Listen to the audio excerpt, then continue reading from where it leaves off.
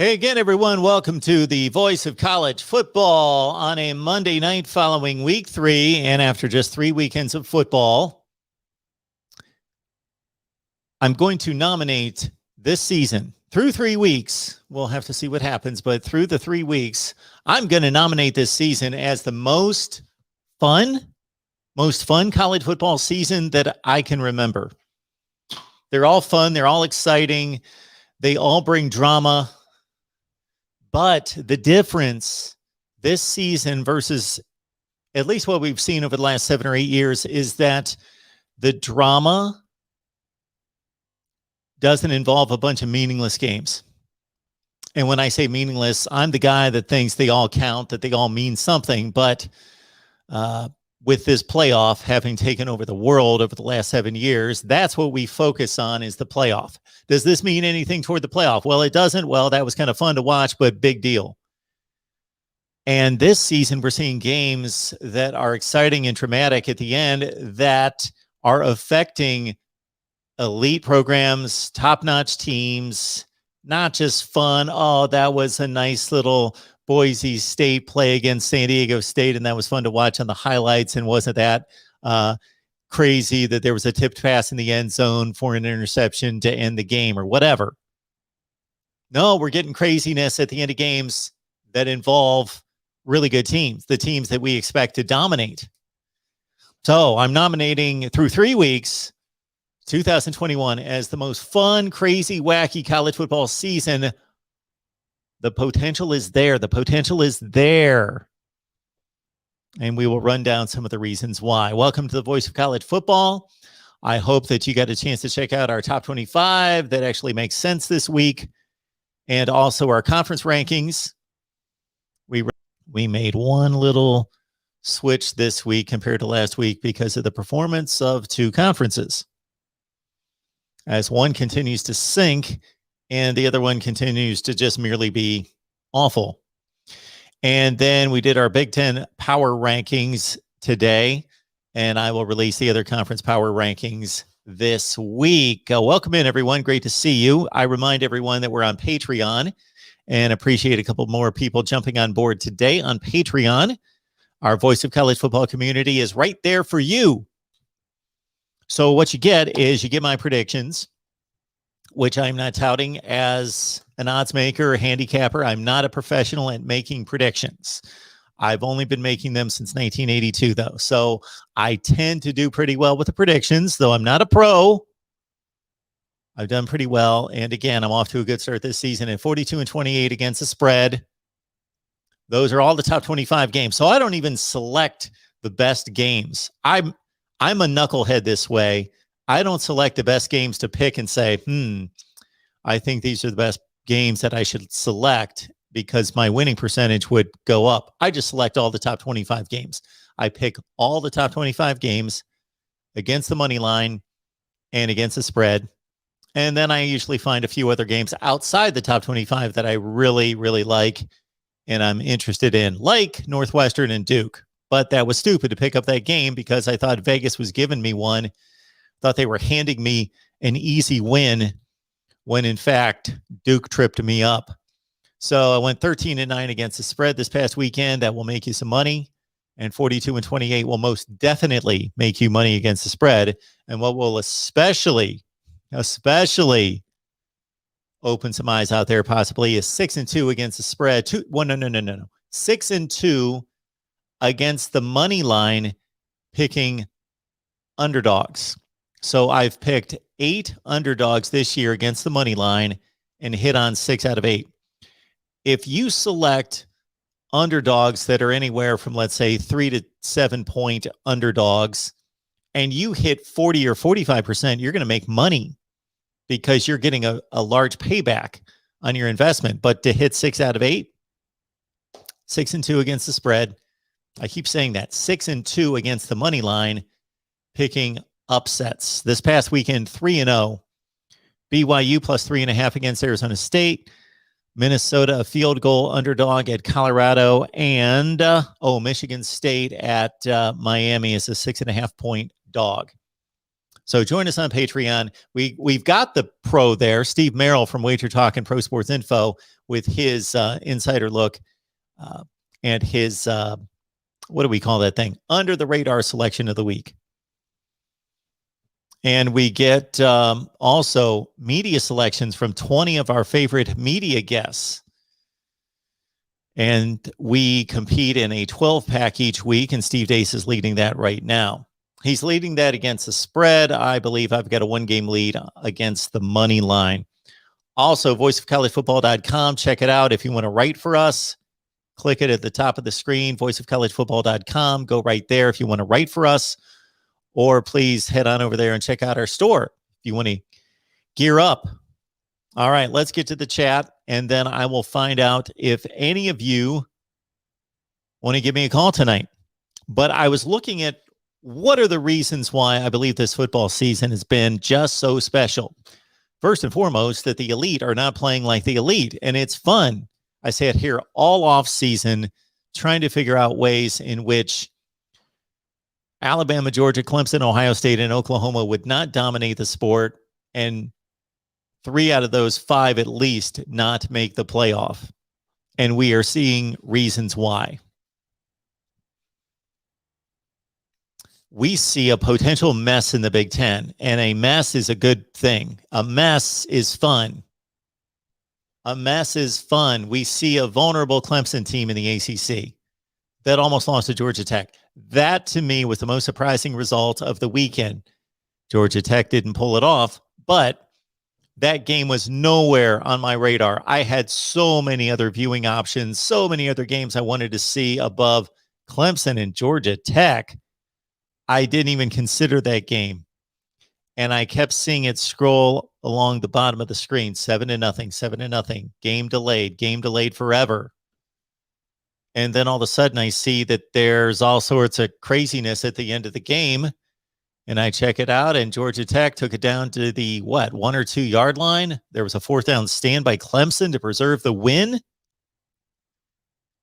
And then they almost botched it on offense and gave up a safety, 14-8 final score. Wow. Now Clemson's got to go to Raleigh this week to take on NC State. So maybe there's a few teams in the ACC that could possibly please challenge Clemson. Same thing in the Big Ten. The difference in the Big Ten, though, is that we see a number of capable teams, really good teams. The ACC is just about Clemson screwing up and leaving the door open for somebody else. And I don't even think any of us were thinking necessarily that Clemson is going to screw up so bad that they're not going to win the conference. We're thinking basically just screw up enough that they're going to miss the playoffs or make it a little bit interesting. In the Big Ten, though, we're seeing capable teams, top 10 caliber teams. We're seeing the number 1 team in the country, Iowa, continue to dominate on defense. We've got Iowa, Wisconsin, Michigan State, Penn State could all challenge Ohio State. Even Indiana at 1 and 2 was playing like a top 10 team most of Saturday before they blew it in the 4th quarter. They did lose their best defender to a bogus targeting play that might have decided that game, possibly. Oklahoma's not playing well. Oklahoma looks very beatable. They took on a Nebraska team that entering Saturday looked like possibly the worst team in the Big Ten. Nebraska quite possibly could be the worst team in the Big Ten. And they went to Norman, and they had the ball with a minute left on the clock, down by a touchdown. And they shot themselves in the foot with false starts and stupid mistakes, stupid penalties the entire game. And Oklahoma still could only put up 23 points.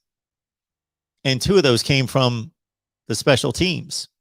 Only 3 touchdowns for Oklahoma. So Oklahoma has now played 2 teams with a pulse and had to hang on with a 4th down stand against Tulane by that much, 40-35. And then here they are 2 weeks later against Nebraska.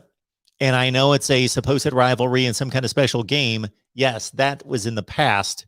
I don't know that these players and these teams really acknowledge that. And Oklahoma barely hung on. they didn't necessarily need to make some kind of fourth down stand at the goal line. It wasn't that close, but Nebraska with the ball down 7 with a minute left. So the Big Ten, the ACC, and the Big 12 in particular, those races intrigue me. The Big Ten more than anyone, because there is just a stack of high caliber teams that could knock off Ohio State. In the ACC, it's more about, is Clemson going to continue to look this awful? Where they ran for less than 4 yards per carry, they did not have a play on offense against Georgia Tech, who, of course, lost to Northern Illinois. Clemson did not run a play for more than 17 yards in that game. They had less than 300 yards of total offense. And in Oklahoma's case, it's not that they're playing horribly. It's just that they haven't played anybody that's that good yet. And I'm not going to say that they've almost lost 2 games, but they were within a possession, the other team in the ball, with a chance to win the game. Startling. And then what about the would-be elites? Michigan's interesting. Michigan State's interesting. Notre Dame's interesting to me. A lot of teams are interesting because I really don't know how good they are.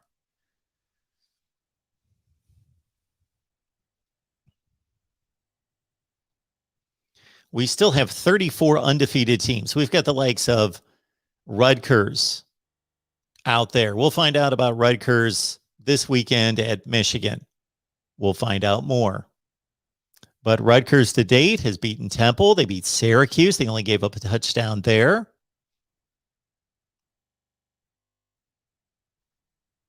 Who else is undefeated? Baylor's undefeated. BYU. Why not have BYU represent the Pac-12 South in the conference championship game? They've already beaten Arizona, Utah, and Arizona State. So BYU is 3-0 against the Pac-12 South. And now the Pac-12 South doesn't have any viable candidates for the playoff. And the Pac-12 is playing like complete garbage. The conference, it's funny because most college football fans have had this perception that the Pac-12 has been awful for the past 5 or 6 years.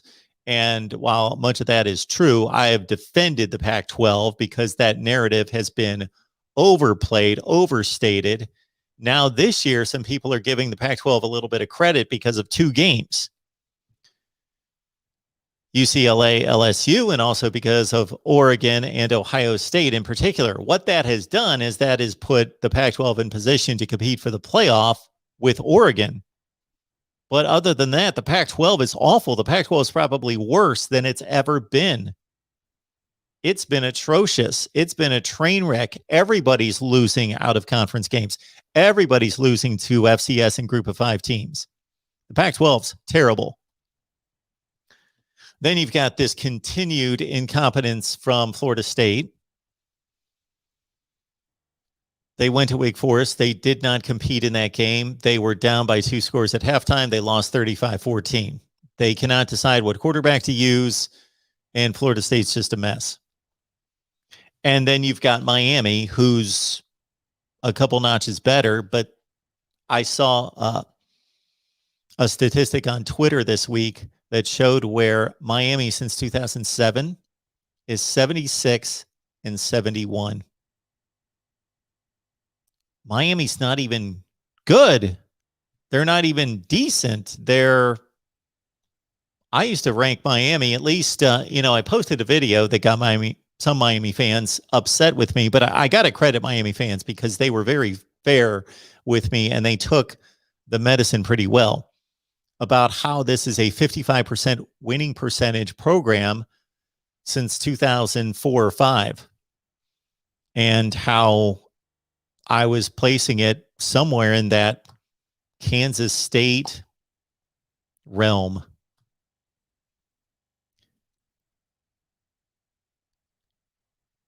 I don't know if they're Kansas State. All right.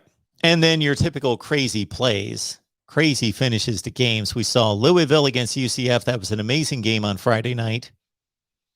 Even though it was played somewhat pedestrian the same night, Maryland needed a last-second field goal to go to 3-0 and beat Illinois.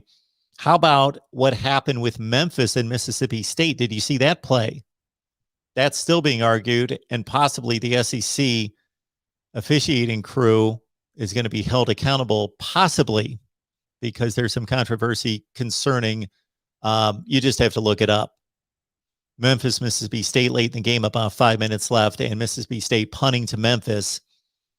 And Calvin Austin with Mississippi State, a special teams player surrounding the football, and you believe it to be dead because the football is just surrounded by Mississippi State players and is just sitting on the turf at the Memphis 5-yard line. And Calvin Austin for Memphis just picks it up and he's gone. 95 yards for a touchdown and seals the game. A game in which Mississippi State threw Mike Leach back at it, 67 passes, 50 for 67 for Will Rogers. So it's good to see that Mike Leach is back on his game. And of course, a week ago, we had the Florida State blunder on defense at the end of the game and the missed assignment by the players, but also the call against the offense, not the appropriate one to make in that situation, and Florida State loses to Jacksonville State. All right, let's get to the chat. Good to see everyone on the line.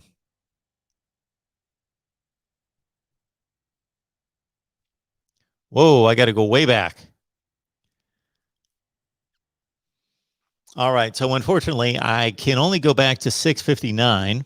So if you made comments before that, they are long gone. Oh, we've got a little skirmish in here involving the Rod Farva and Christopher. So these are always good. These are always good to track. So track these back and forth. And Christopher has a number of interesting, I'll use that word. It's a pretty generic word that I actually hate because it's used way too much. As an interesting take on awarding of national championships.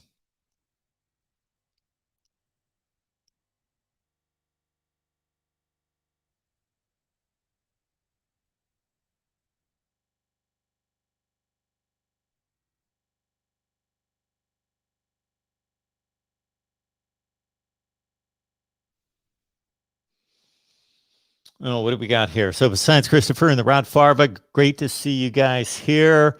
We've got Bill who says, I'm for letting the regular season decide whether we can't crown a champion.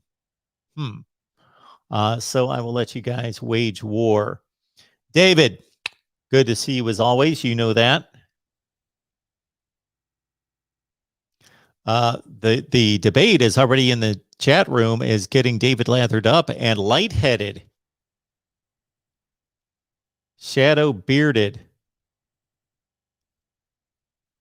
Man, you guys are going into the BCS here. I thought we killed that thing.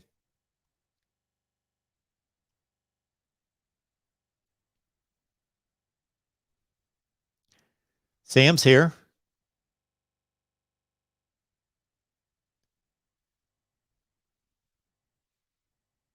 So is Dependent Fanatic. And more computer playoff talk. Phil B, of course, letting us know that Florida State is 0-3 for the first time since Bobby Bowden's first year in 1976. And he took over a program that I think the numbers were 3-22 the previous 2 seasons.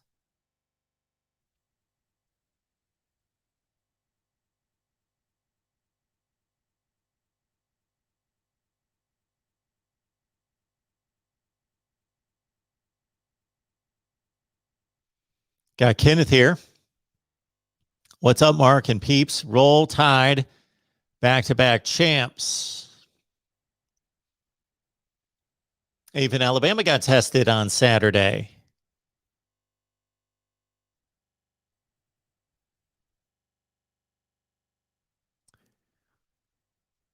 Christ Savior 888, thank you so much for your Super Chat contribution. Appreciate that. God bless in Jesus' perfect name. Appreciate that so much. PCAL, Florida State and Miami football programs are done, finished. It's over for them. Gary says that this football season in 2021 is already better than 2007. I love the enthusiasm. That's a lot to say right there.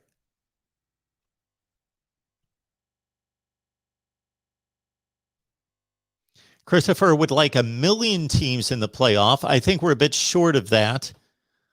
130 was the last count I had, but we were still working on 1 million. I think that was the goal of most of us here, to get to 1 million teams. Oh, George is here. We've got George. We've got Phil. Anything else? What are we all talking about? Sam says the Knolls have a culture problem. Little adversity becomes a total wave.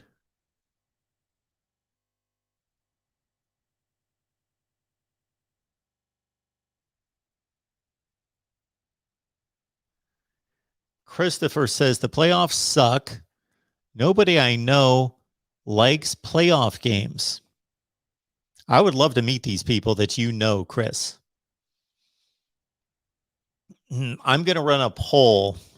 I'm going to post it on the community page as long as I see this note that I'm writing myself right now. And I'm going to post it after the show tonight. I'm going to ask our viewers if they like playoff games. Now, that leaves us up to some interpretation, but it's being stated like that. So for me personally, do I like the playoff? No, I do not like the way the playoff is constituted. Is it better than the BCS? Hell yes, by 1,000 times. It's better than the BCS. It's better than not having a championship game, but it's not an objective system. It's a selective system. It's an invitational. But at least it takes 4 of the best teams in the country. Probably most years, if we could look back after the playoff and redetermine who should have made the playoff, it's usually 2 of the best teams in the country, or the 2 best teams in the country, and then maybe number 4 and number 7 or something like that. But at least we've got 2, if not 3, if not 4, the best teams in the country participating in a playoff, and we've never had that before. This is the reason you play competitive athletics, is to get teams on the same surface playing against each other to determine the winner. I don't know why that's difficult for some people, not many, because most people like playoff games and like championships to be determined on the field, on the playing surface, not just trying to figure out who we think is better. It's always best to determine things on the field. That's obvious. That's not even debatable, that the best way to determine who the better team is to play a game. And even if the better team doesn't win, at least it was earned. How many times have you ever watched a game? I've watched a game. We can cite all sorts of games where we didn't think the winner was the better team, but the winner, unless there was completely just awful officiating, the winner earned the right to be the winner and to be called and considered the better team. And that's how athletics works. What we could do, if we want to take this the other way, is all we have to do is have these players evaluated at these summer camps, and then we could do like mock games, and they wouldn't have to get hurt. They wouldn't have to play, and we wouldn't have to waste all this time, and they wouldn't play, and they wouldn't get hurt. We wouldn't have to risk injury, and then some kind of computer would tell us, based on how fast they are and how strong they are, who would win the games, and then we wouldn't have to play any games.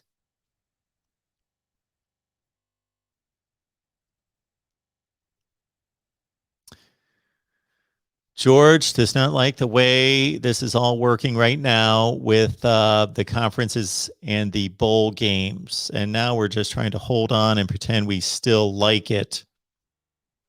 Don't we still like college football?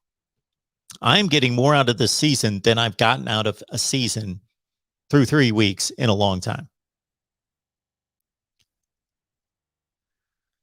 Navy Thomas is here.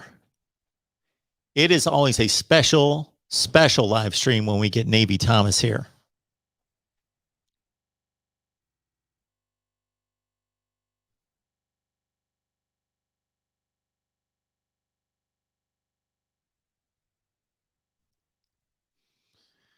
Michael had a good weekend with the Ravens beating the Chiefs, and of course Maryland over Illinois. The Terps at 3-0.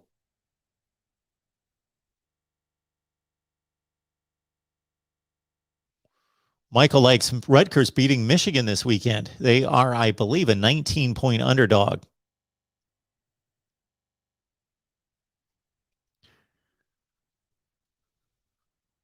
Nobody, Christopher says, nobody hates bowl games. That's another lie.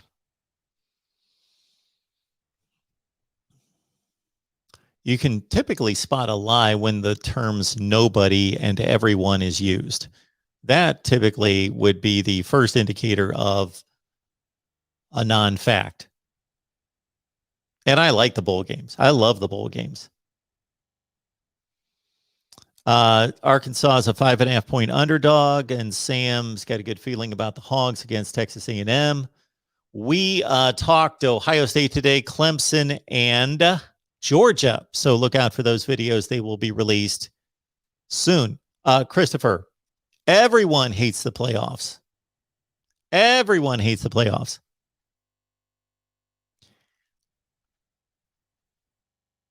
I'm running a poll after this show. And I'm not, I hope I'm able to set up the poll in a way that people understand what I'm asking for. I'm not asking about, do you like this particular playoff, the way we've got it set up now with the 4 teams and the selection committee and all of that, but just in general, do you support playoffs or no playoffs? If it's not 90% to 10, then I'm talking to the wrong crowd of people. DeAndre's here. Thank you so much for the contribution, DeAndre. Appreciate that so much. Everybody, we've got the super chat available to you. We also have the option of Venmo, PayPal, and Cash App. Just search MarkRogersTV, or you can go to the description section of any of the videos, and you can find the link right there. Venmo, PayPal, or Cash App.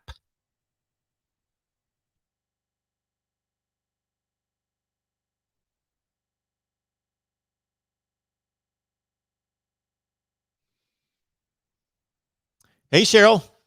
Good to see you as always. Michael, you must be able to copy and paste that. Let's go Maryland with a little terp there, the little turtle. It's probably already like there for you just to copy and paste. Bama boys here.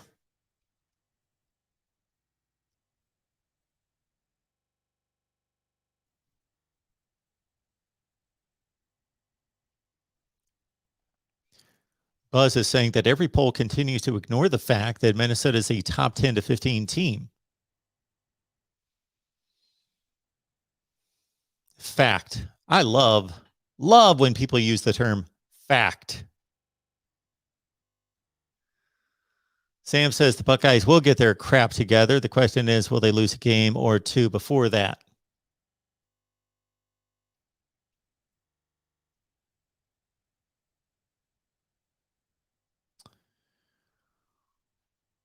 Maryland against Kent State. Then they dive in against Iowa on a Friday game, October 1st. Yes, that could be mighty intriguing.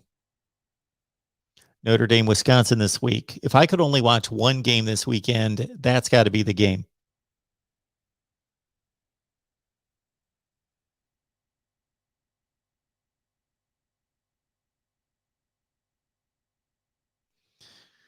Cheryl's letting us know that the Big Ten is playing better this year. I believe so. The conference is 8-5 against the other Power 5 conferences. The Big Ten, I believe, I ran the numbers 23-7 out of conference. Really just a few bad losses. Northwestern losing to Duke, not good. Illinois blasted by Virginia. I don't necessarily think of that as a bad loss. Illinois is probably the worst team in the Big Ten, and Virginia is more mid-tier ACC, so that's not a bad loss for the Big Ten. Ohio State losing to Oregon's an important loss. The important loss of the conference right now.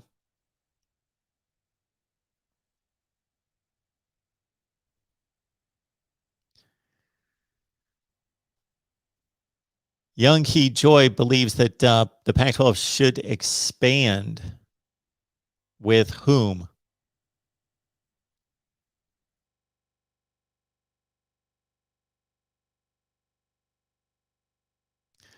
Chris's entire top 25 is undefeated. I can understand that that approach.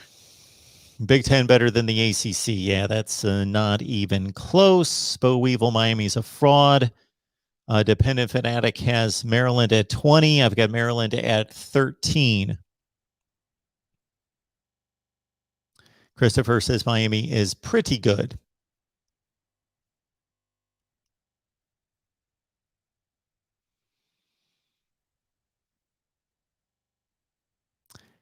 Aesthetic Heart Styles here.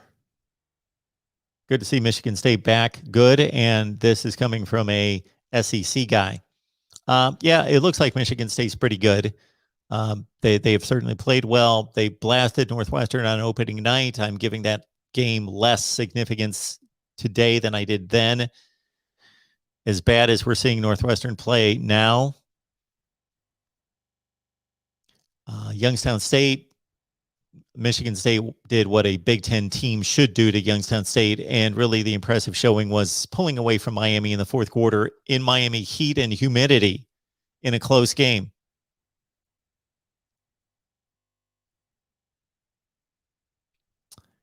Cheryl letting everyone know to please hit the like button. All right. Do you folks want a call-in show? I have been holding off on the call-in shows to dial up the call-in just because the meter runs from the time I set it up. McD likes Wisconsin to beat Notre Dame 27-14. And then Notre Dame's got to deal with Cincinnati the next week, coming off a bye. So Notre Dame obviously just had a pretty tough game against Purdue. Wisconsin this week, neutral site, Soldier Field. And then they turn around and they play a Cincinnati team coming off a win against Indiana with a bye week to prepare for Notre Dame. Kenneth, I would hope that the targeting, that there are enough people and influential people like a Joel Klatt and others who are specifically targeting, that it's, if nothing else, even if you keep the rule exactly the way it is, even if you don't change anything about the rule, but you change the enforcement of the rule and the penalty of the rule, that could be changed next week. I saw some ridiculous plays, one in particular this weekend, where Indiana's best defensive player got called for targeting. He was blocked into the quarterback. He gets called for targeting. He gets kicked out of the game. Indiana loses their best defensive player early in the fourth quarter, early in the second half, I believe, whenever it was. There was still a ton of time left to be played, and they lose their best defensive player, and he was blocked into the quarterback. These players are not trying to hurt anyone. They're not trying to use their helmet gear as a weapon, as a missile. These plays happen like that. Let them stay in the game. Call the targeting. That's fine. Maybe that should be addressed. It should be addressed in the offseason. Targeting and what is targeting and how it's applied and how it's viewed and evaluated should be addressed in the off season. But for right now, this could be changed immediately. What could be changed immediately is the enforcement of targeting and the penalty. Give a 15-yard penalty and keep the player in the game. It's another unnecessary roughness or personal foul penalty. This could be changed right now. I know it would take a lot of red tape, getting through a lot of red tape, a lot of conversations to make sure. But all you have to do is all the conference commissioners get on a conference call and say, okay, let's not mess with targeting. Let's not mess with the actual application of targeting and how we view it, because that's going to take some time to review. That's going to take the off season. But we can start next week.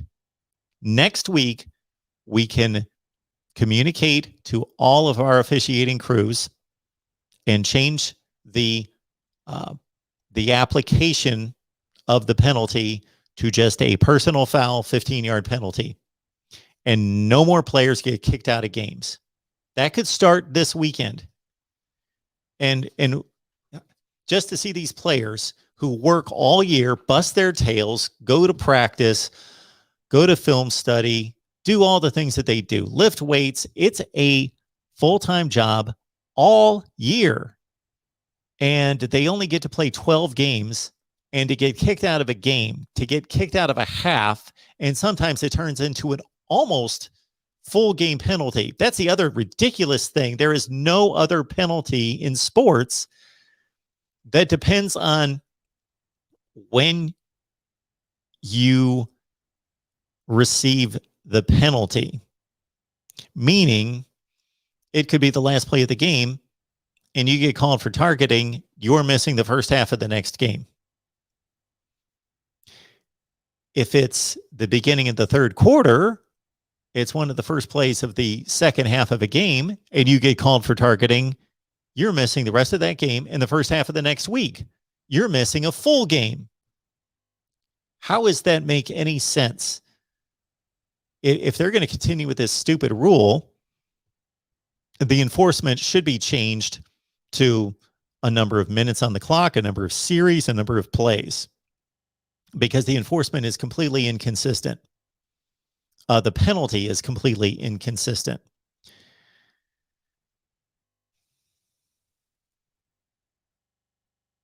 McDee's got Maryland at 21. But McD, you got to remember that I've got a ton of respect for Mike Loxley.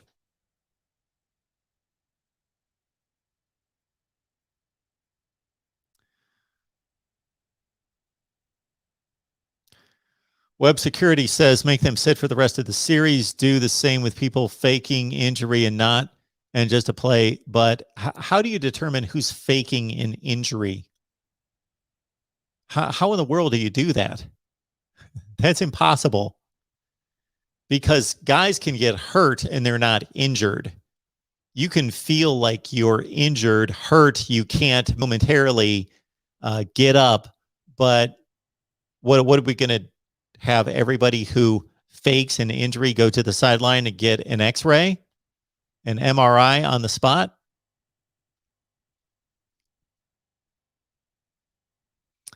Better helmet technology. Well, I know that they've come leaps and bounds recently.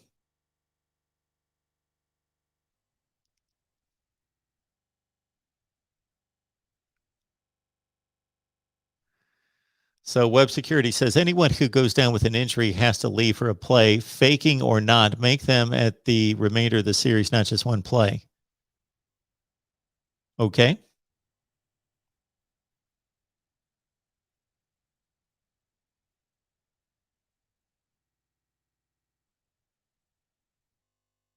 H-Man's here.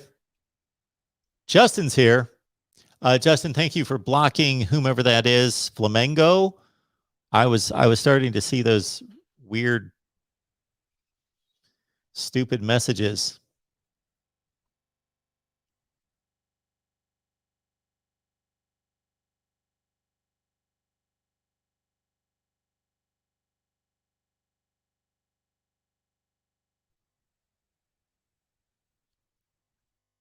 Sour YT, good to see you. Felipe, good to see you as well.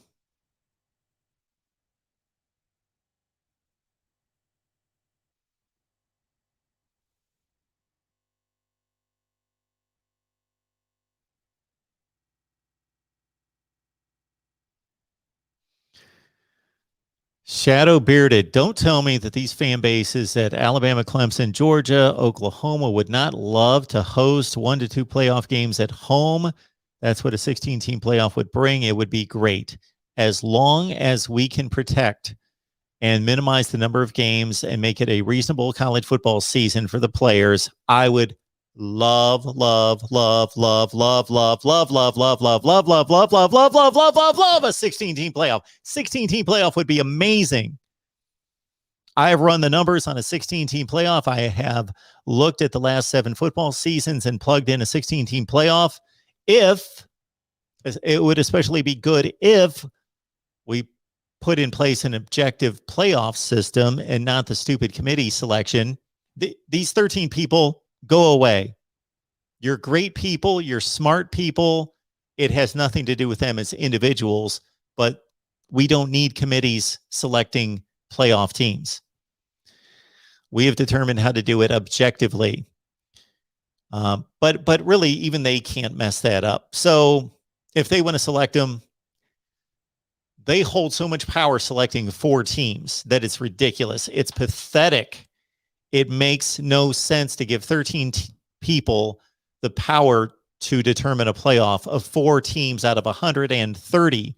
Now, if they were going to select 16, and if one of 2 things would happen, either just the 5 Power 5 conference champions would make it automatically, and the other 11 would have to be selected, or I kind of like the 10 conference champions make it automatically with the 6 wild cards, then their selection's not going to be much different than what any reasonable person's is going to be at that point. They wouldn't wield that much power. The power that they're going to wield going forward, if this 12-team playoff proposal goes through, which I'm hearing bad things about its chances at this point. It looked like it was going to be a sure thing, but that the emphasis of their power and authority goes from who they select to who receives the buys. Right now, the entire controversy is who makes it. In 2020, should Notre Dame have made it, or should Cincinnati, Texas A&M, or Oklahoma made it? They have the power of the selection. In 2018, should Oklahoma have made it with that 4th seeding, or Ohio State? In 2017, Alabama or Ohio State? All of the playoff committee's power right now comes down to the actual seeding of the teams, but more so the dividing line between 4 and 5 and 6. That has always been the controversy. There's really only been one season where there's been no controversy, and that was 2019, because you had 3 undefeated teams. You had a 4th team in Oklahoma that had a conference championship with only 1 loss, and the other Power 5 champion had 2 losses, and so there was a clear dividing line between 4 and 5. Even though Alabama was the 4th best team in the country, if you truly wanted to just have somebody like myself say, choose the 4 best teams, you don't even have to justify your answer. Don't have to justify your selection. Just tell us who the 4 best teams are. And I did this in 2019. I said Oklahoma earned that spot as a 12-1 conference champion, but Alabama's one of the 4 best teams in the country. And then Oklahoma went out and proved that by getting annihilated by LSU. So there's not always the match between best teams and the teams that earned it. But there's been a controversy every year, excluding 2019, and the playoff committee has all that power to determine Oklahoma makes it, Ohio State does not. In 2018. In 2017, Alabama makes it, Ohio State does not. In 2016, Ohio State makes it. Penn State does not. In 2014, Ohio State, Oregon, Alabama as one-loss teams make it. TCU and Baylor do not. That needs to go away. But again, if we go to 16 teams, then their amount of power is greatly compromised to the point where, hey, if we're arguing over position number 16, the wild card position, hey, that team has no gripe. The teams currently have a gripe because of the limited playoff positions and also because not every conference is represented. Once your conference is represented for sure, then you really don't have a gripe, because my response would be win your conference. Right now, college football is so ridiculous and the playoff system is so ridiculous is that there is nothing anyone can do to guarantee a playoff spot.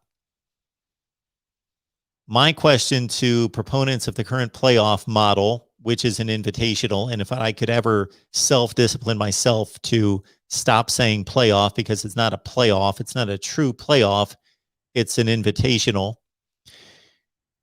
is what does any particular team do to guarantee that they will make the playoffs? What's the answer to that currently? And the answer is nothing. They can't do anything. Nobody can do anything to guarantee a playoff spot.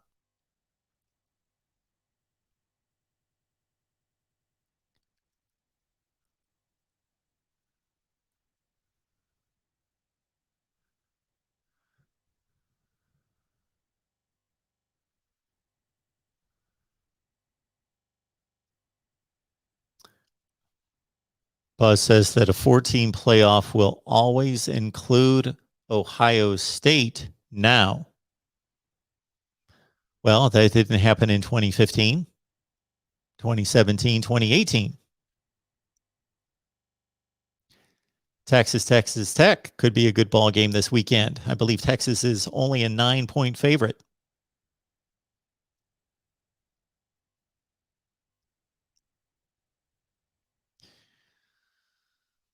Sam, I understand what you're saying, but we need more clarification than just a game between 5 and 6.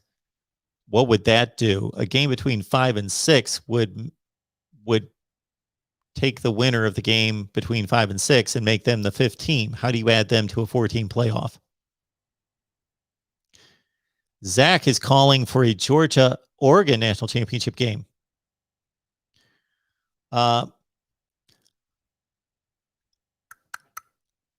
I never get your handle correctly, so I'm just going to leave it at that, Sono. Has LSU won a national title outside of Louisiana? I believe that LSU, did they not win a national championship in 1959, correct? 8 or 9.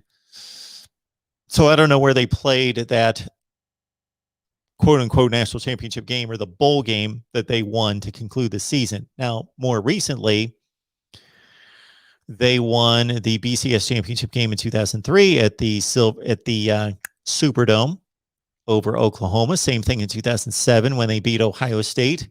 And then, of course, this past national championship game against Clemson. Yes, their 3 national championships under Saban, Miles, and Orgeron came at the Superdome.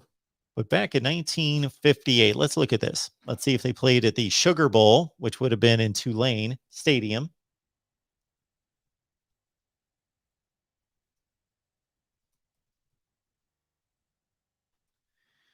They probably did.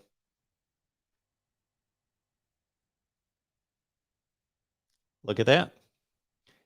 They certainly did. The 1958 LSU National Championship team also played its bowl game at Tulane Stadium.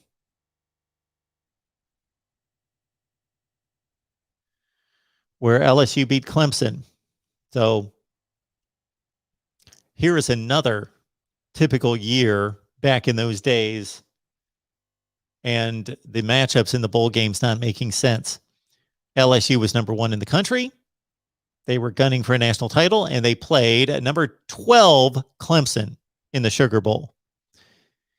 NBC carried that game 7-0 at the Sugar Bowl. Can anybody tell me what other important American sporting event was once hosted at actually won twice at Tulane Stadium?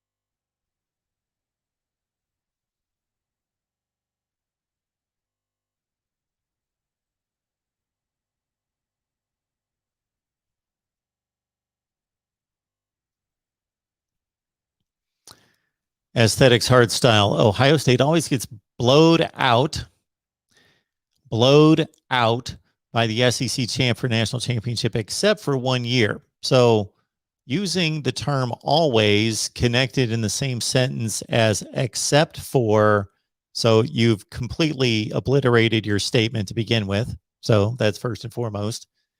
And then secondly, that would only be 3 other times. That would be in 2006, 7, and 20. So big deal. 3 out of 4 times. That's always. 3 out of 4 times is always.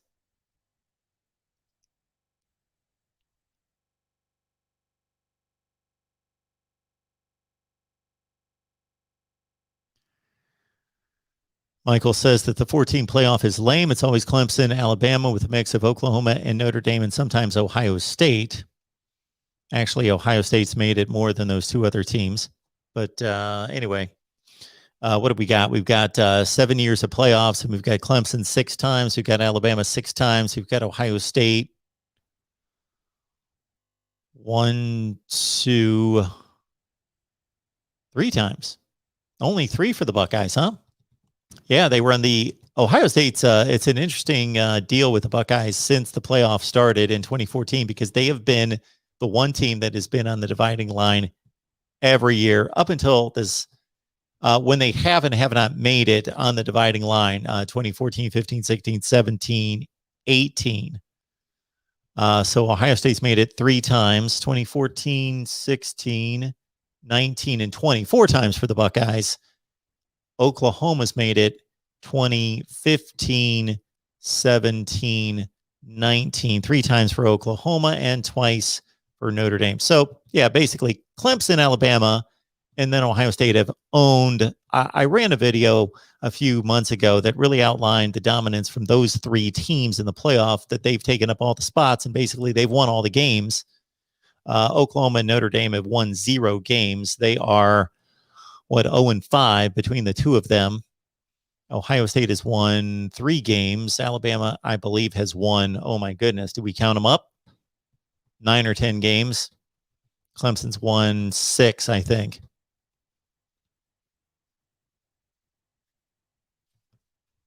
There you go.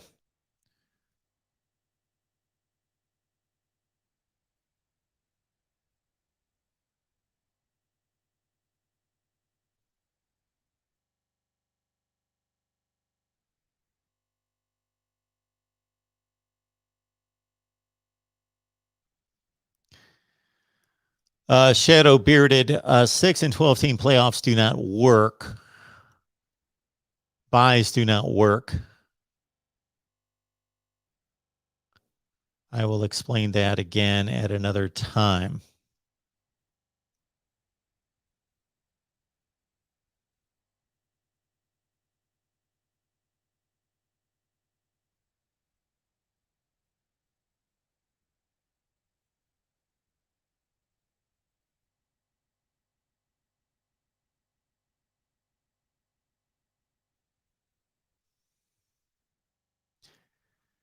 Yeah, Sam, C6 doesn't work. Buys don't work.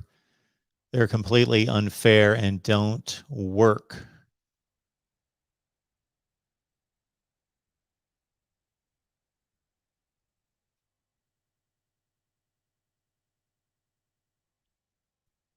We had a really good time.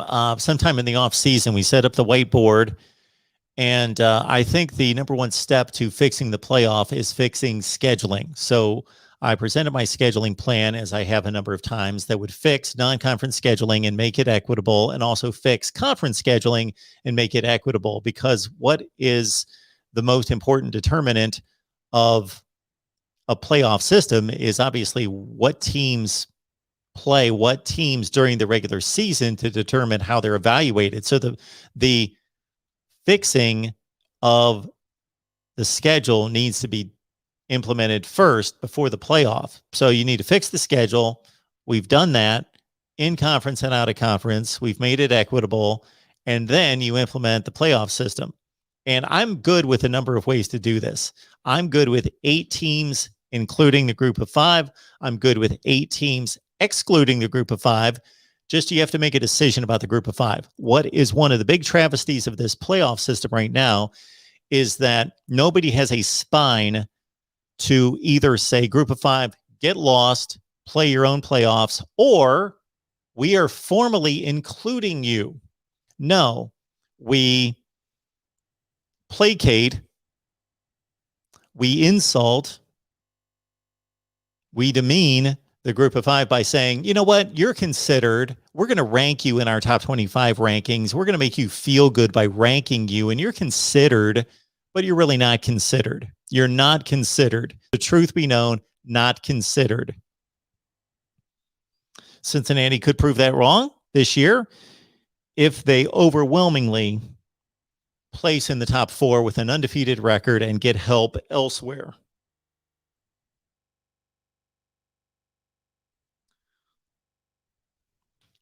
But my steps in dealing with the playoff and implementing a much better playoff system that's not an invitational is fix scheduling in conference, which again, we've posted videos and shown you how we would do that. Fix in-conference scheduling, fix out-of-conference scheduling, number 2.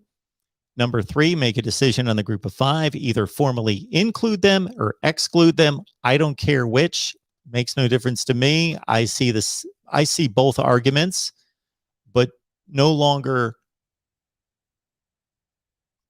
make them a joke. They are treated like a joke, an afterthought. They are being insulted by being included in top 25 rankings and given no consideration, because we've had 3 undefeated group of 5 teams that have not come anywhere close to the playoff. So include them or exclude them, one or the other.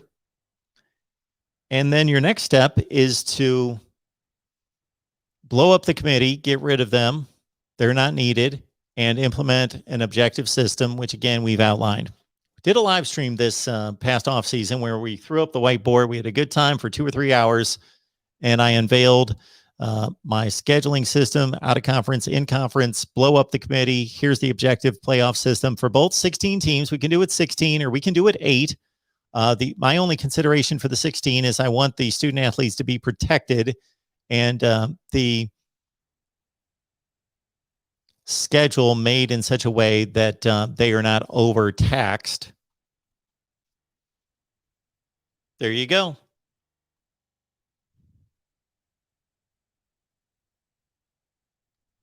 Desmond.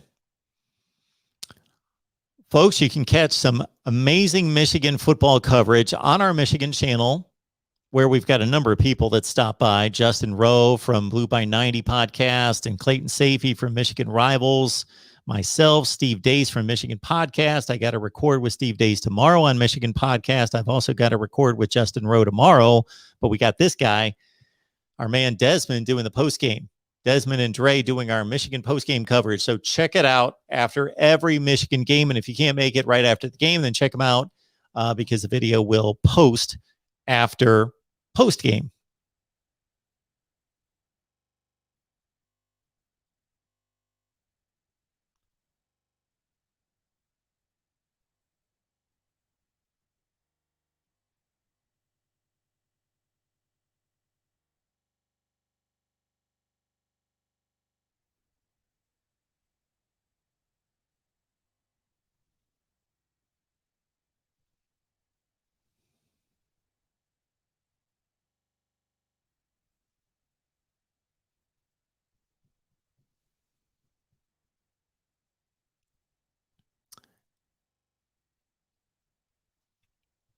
Hey, Jeremiah, good to see you. Thank you so much for the super chat contribution. Appreciate that so much. Jeremiah says there should be 2 of 16 teams reserved for at-large group of 5 schools if they don't improve scheduling for conference. I got this big window in front of the screen. I can't read that. Let me try again. Let's move it around there. Once again, Jeremiah says there should be 2 of 16 teams reserved for at-large group of 5 schools if they don't improve scheduling for conference champions in the new Power 4. Okay, I believe I got your point there. So, meaning that if the Big 12 is not at the level of the other 4 conferences, then you could have the 4 conference champions automatically make it out of the 16. Then you would be, instead of just having 1 spot for the group of 5, there could be 2 reserved for at-large group schools. Group of 5 schools if they don't improve scheduling for conference champions in the new Power 4. I think I got you. Okay. Super chat coming in. Appreciate that from Ammonia Wilder. Go Dogs. Gator Hater. Auburn sucks. That is short and to the point. Love Georgia. Hate Florida. Auburn sucks. Thank you for the super chat. Appreciate that so much. All right. I believe. There we go. Dependent Fanatics got it. Desmond and Dre, smart and entertaining. Smart and entertaining. I guess I didn't necessarily think this through when I got all these really good hosts to do post-game shows on all these individual team channels while I'm on here, because all you guys are just going to head on off to the post-game shows, and I'm going to be left here by myself on Saturday.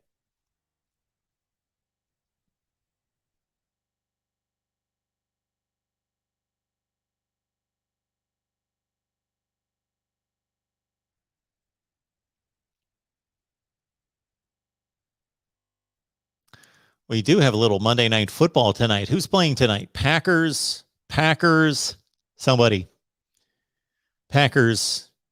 I don't remember.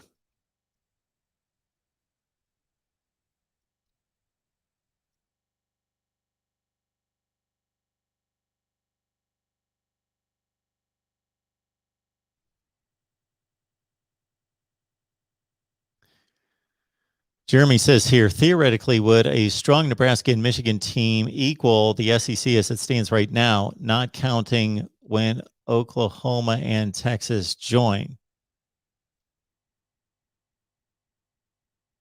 Well, if Nebraska and Michigan were that good, if they were like top 5 good, I guess I'm not following. Yes, any conference, if they had more really good teams, would match the SEC.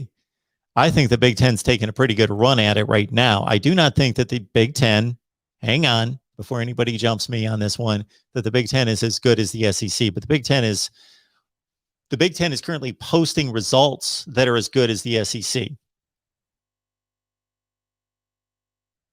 Similar to the ACC in 2016 was posting better results in postseason play than the SEC. That did not make me change my mind on best conference, but I clearly stated that if you just look at the results, that the ACC at that point was playing better football on the field and posting better results in postseason play than the SEC. But yeah, the SEC is the best and will be for quite some time, if not forever, as things stand.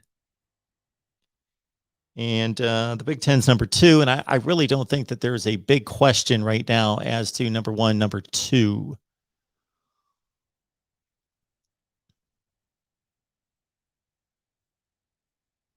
Dan is letting us know that Boise State got robbed against Oklahoma State. They lost 21-20 in that game. They should have got the win hosting their first Big 12 team ever against Oklahoma State. Was there something that happened in particular in which they got robbed, or they just basically just lost a close game?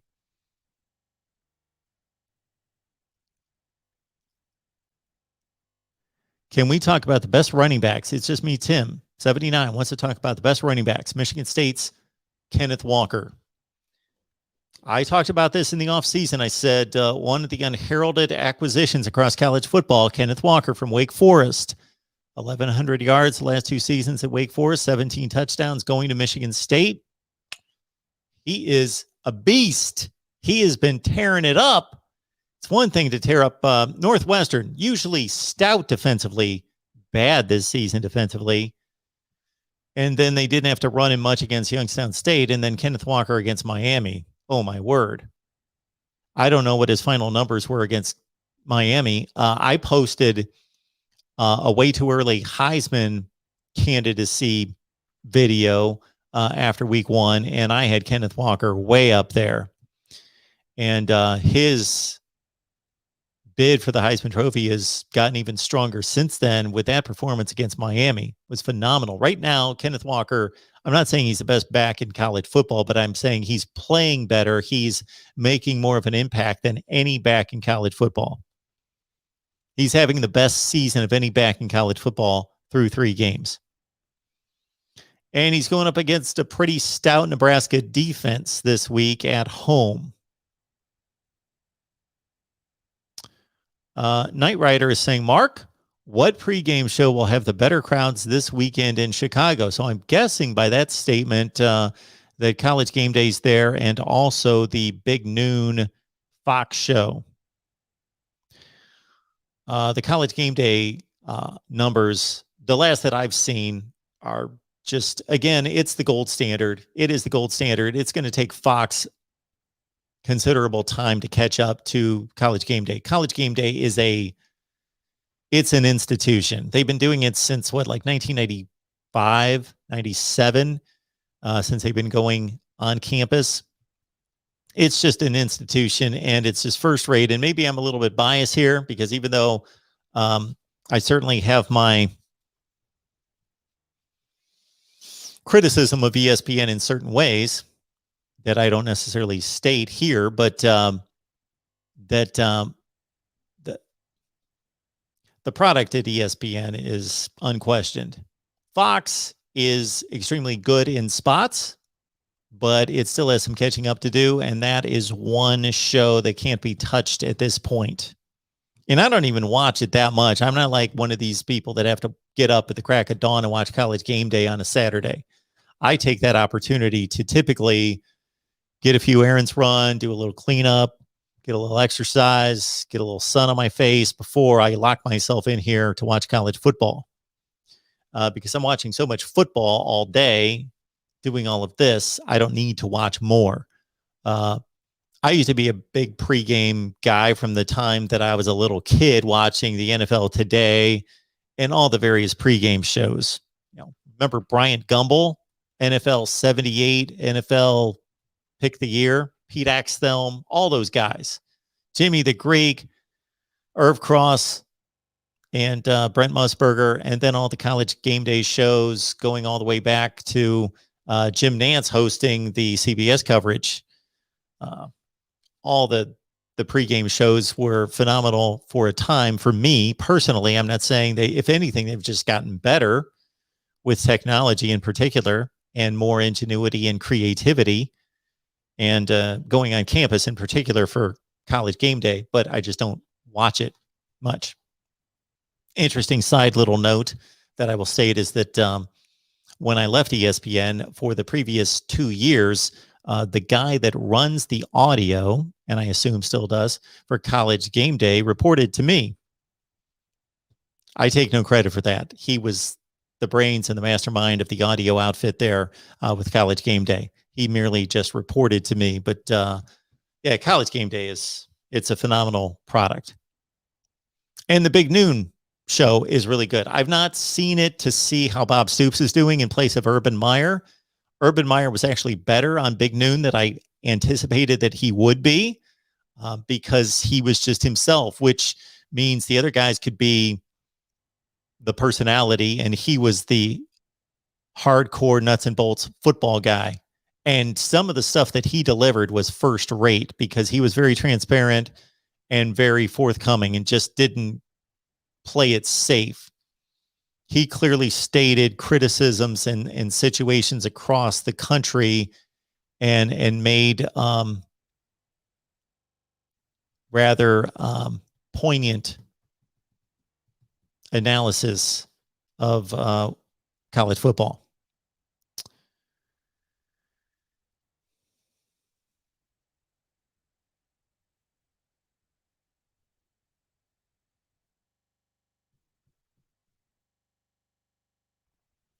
Is Bryant Gumbel still alive? Well, I have made it a point to remind everyone that writes us about certain things that there is this,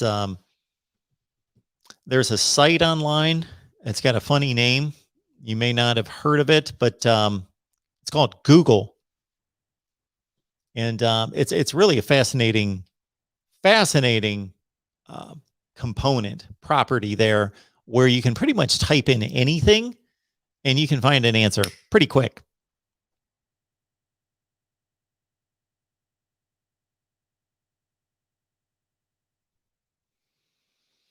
Justin says, I understand why some say Clemson is bad. When we say Clemson is bad, what do we mean bad? Like not in the top 10? Possibly. Are they bad? No, they're not bad.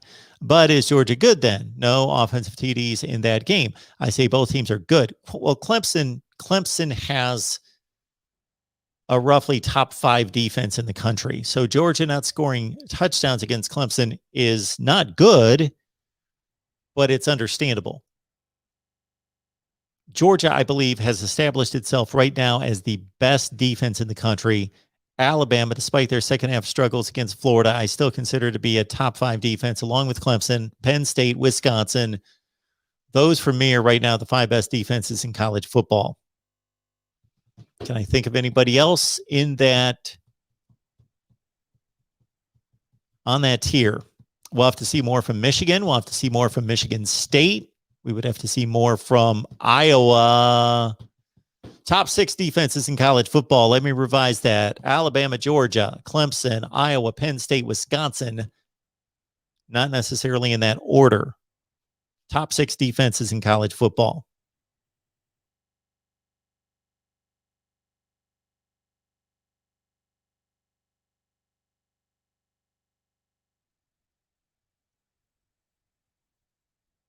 I know when I bring up guys like Bryant Gumbel doing NFL pregame, that just blows people away. I'm sorry. I'm old. I remember a long, long time ago. McD likes the big noon kickoff. Yeah, Sam, the old CBS NFL show. Colorful Snacks is asking, is Arkansas a top 10 team if they beat Texas A&M this weekend? Well, Arkansas is the top 10 team right now in the rankings that count. That makes sense.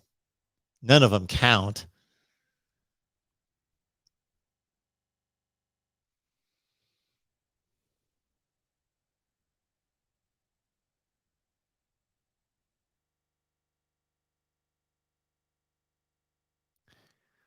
All right. What time is it? Because I'm sure many of you will jump off here when the NFL starts. So I was going to take some calls tonight, but we've got plenty of time all week to do that. Do we not? Tomorrow, man, my day tomorrow is pretty ridiculous. Let's see. Tomorrow, this is what we're looking at.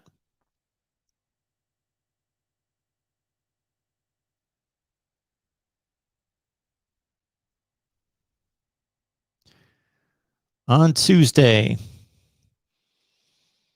at 11 a.m., I've got a record with Justin Rowe from Blue by 90 Michigan podcast. We are going live at 1 o'clock Eastern time on the Miami channel at 1 o'clock Eastern time tomorrow, Tuesday, with the Wholesome One.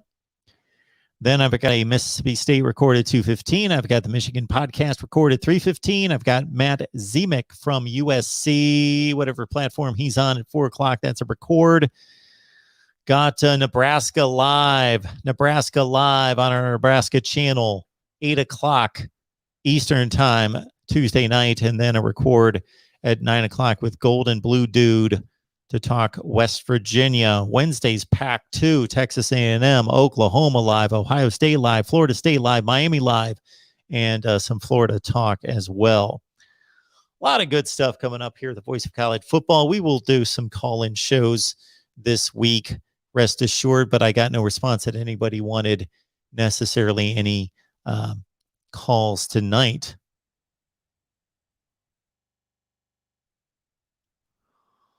All right, folks, join us on Patreon. You get my picks, which 57-15 money line, 57-15 against the money line. I have not run the numbers, but what is that? That's 15 times 4. It's about 80%. 57-15 money line, and against the spread 42-28. That's 60%. And if I would stay away from stupid things like Northwestern and Duke and adding that to my list of games, 42-28 against the spread, and then the big number is 6-2 picking upsets against the money line. And if you know anything about the money lines on underdogs from 3 to 7 points, that would have paid off nicely. 6-2, 3-0 this past weekend in picking upsets.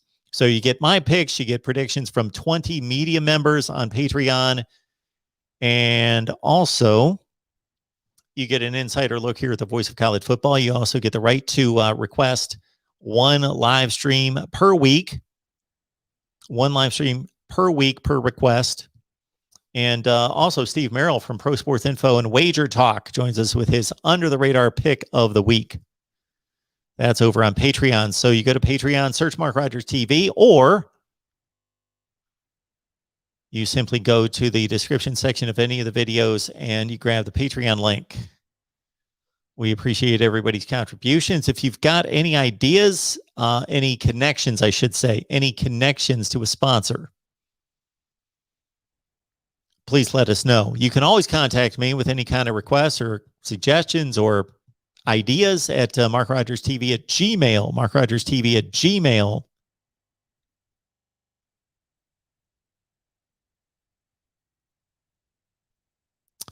We got our guy, Ajo, okay. Uncle Lou's top 25, Mark Rogers top 25. All right. That individual would not be able to explain why they make that comment, just because probably their favorite teams ranked higher. Such is the way of the world.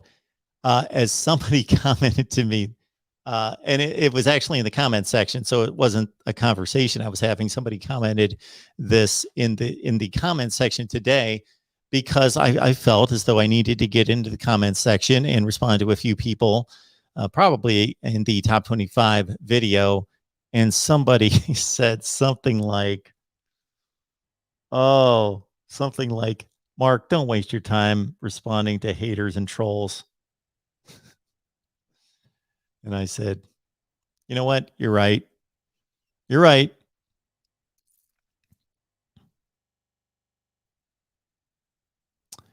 Sam says, Mark's poll bothered me. It's not a poll. First of all, let's understand it's not a poll. A poll is when you go out and you gather opinions from many people. It's a ranking. So I don't take a poll. Mark's poll bothered me initially last year without context. Yes. So a lot of these people I don't expect everyone to agree with my rankings. And I have stated many times, I do not deliver my rankings stating that they're flawless or perfect. Nobody's are, because that doesn't even exist. They just get misconstrued because, number one, people think they're a prediction. They're not a prediction. I made my predictions before the season started. I don't revise my predictions. So I'm not making a prediction. I'm also not telling you who the best teams in the country are. I'm telling you who has the best resumes, who have earned those rankings. And if you're Oklahoma and you beat Tulane by a whisker, and you played something called Western Carolina, and then you came back the third week and you barely beat a Nebraska team that has shown us nothing for years, you shouldn't be ranked to that. You should not be the third or fourth ranked team in the country. except for we basically take these inane preseason projections and perceptions of these teams, and we basically just move them into the regular season, just kind of tweak them a little bit. Just tweak them a little bit. Nobody in their right mind that knows anything about college football would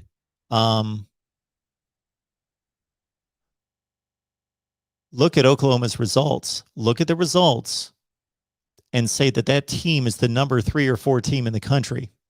It's asinine. It's insane. It's just complete stupidity. The other thing I see from other people's top 10s or top 25s, whatever they do, is I don't really see much of a thought process other than them just kind of spitballing something close to what the AP and the coaches polls are. So I don't really understand the process in it. I don't understand the approach to it, but everybody does their own thing. I like to actually base my top 25 on the results on the field. And how many people take offense with that is it's amusing how offended people get. Yeah. Especially when people don't understand.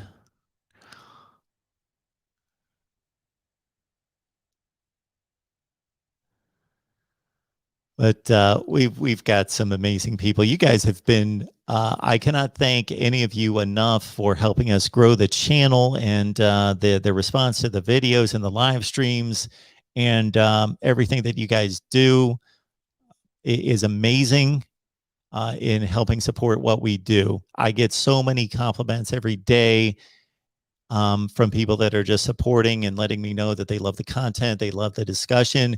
And I also especially enjoy it when I see people that say, I don't agree with you all the time. I don't like that you said this. I don't like that you've got this perspective, but still I enjoy the content. I enjoy everything that we do here. That I appreciate everybody here, because without all of you, I would just be sitting here talking to myself. So thank you all for joining in. And it's so great to see a lot of new names in the chat, and it's great to see new subscribers. I went to bed last night and I looked at my subscriber count, which I'm not really apt to do. We get all sorts of statistics on YouTube where they show us how many, all sorts of metrics that are very helpful in trying to build a channel and just interesting to see. So every time I post a video or do anything, I've got the subscriber number right in front of my face, so I don't need to look it up. But I was doing some things last night, and I went to bed last night, and then when I woke up this morning and then I started working again and I saw it jumped like 40 people overnight, I thought, you know, that's just amazing. To get that kind of response. That's amazing. A-Joy, A-Joe, Adjo. No more poll from Mark anymore. I guess I'm going to have to explain. Sometime we're going to spend the time to explain the difference between rankings and a poll. A ranking and a poll. Guess technically it's a poll of one.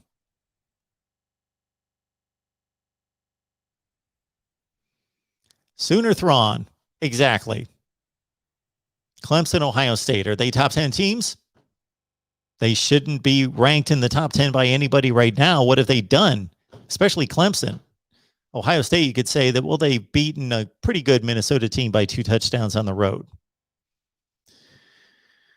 Clemson, what have they done to deserve or earn, I like to use that word better than deserve, earn a top 10 ranking? Now, does that mean that Clemson may not have a top 10 team? They could still prove to have a top 10 team, but they have not proven anything right now. It's just me, Tim79. The AP poll looks legit. Looks legit based on what? Oklahoma's not done anything to earn that high of a ranking.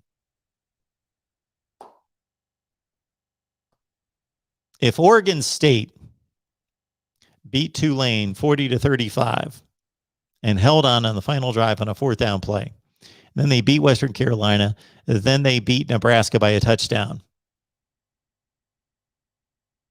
would Oregon State be the number 3 or 4 team in the country?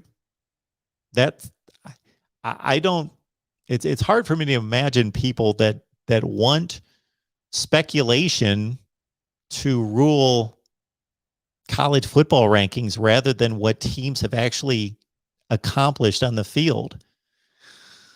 It must be this socialism that's overtaking our country. Maybe that's what it is. People don't want to see people earn anything anymore. They want to see everything gifted and handed out to them. Maybe that's the deal.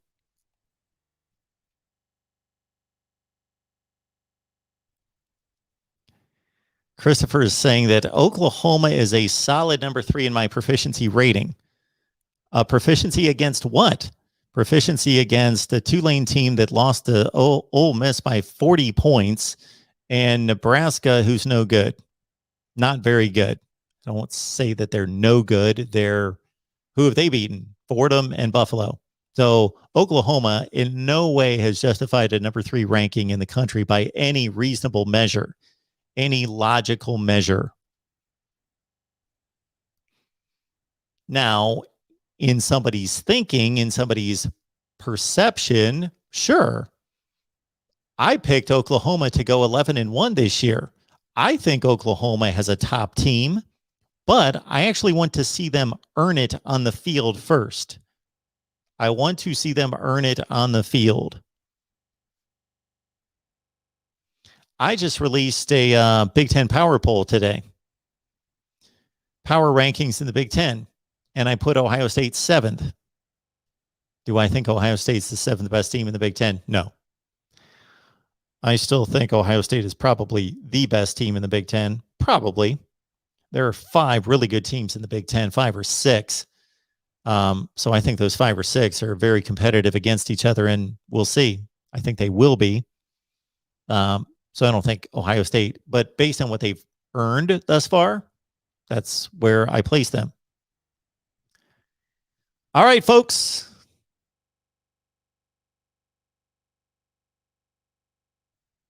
Appreciate everyone being here. And again, we will be back here at 1 o'clock. Christopher, there are 34 teams in the country that are 3-0, and many of them have much more impressive wins than Oklahoma by more decisive scores. So Oklahoma being 3-0 doesn't earn a number 3 or 4 ranking. And if it does, then you must have like 20 teams that are tied for number 3 in the country.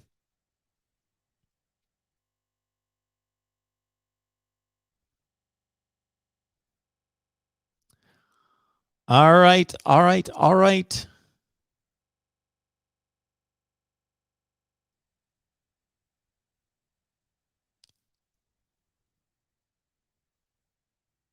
Good to see everyone. And again, we will be back. Gary, that's great. Good to see everybody here again. Thank you so much for all that you do in helping us build the channel. Thank you for supporting. Please, on your way out, hit the like button and join us tomorrow on the Miami channel at 1 o'clock Eastern time for Miami Hurricanes Live. Nebraska Live at 8 o'clock Eastern time, 7 o'clock Central time on the Nebraska channel. Meanwhile, we'll be producing Ohio State, Clemson, Georgia, Michigan, USC, Texas A&M, and more video posts, including my power rankings for the SEC, the Big 12, the Pac-12, and the ACC. And as I mentioned earlier in the show, if you've got some kind of request, hit me up at MarkRogersTV at Gmail. If you've got an idea for a sponsor, please hit me up at MarkRogersTV at Gmail. And go to Patreon. George would tell you that you would have made a boatload of money last weekend. 3 picks against the money line, 3 underdogs. I nailed all 3. And I'm probably only setting myself up for a bad week. But our records held pretty consistently for 40 years, so I'm not too concerned with jinxing myself. But you get a whole lot of other good stuff there on Patreon as well. See everybody, 1 o'clock Eastern, Miami Live on Tuesday. Thank you so much.